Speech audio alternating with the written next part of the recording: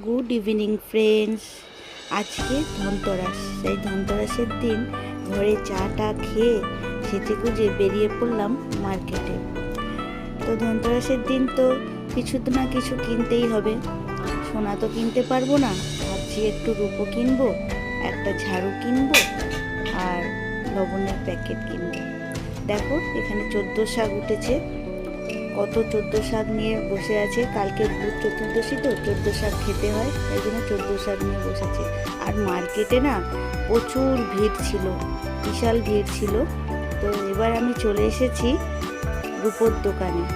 রূপোর দোকানে আমি একটা পলা নিয়েছি, জানো, রূপোর পলা। পলাটা খুব দেখতে সুন্দর। দেখো আমি তোমাদেরকে দেখাচ্ছি, আমার হেভি লেগেছে পলা। ওরা বলছিল দুটো নিতে, না আমি দুটো নিয়ে নিই, আমি এক হাতে পরবো বলে নিয়েছি। আর তোমরা কি নিয়েছো না নিয়েছো আমাকে কমেন্ট সেকশনে জানিও।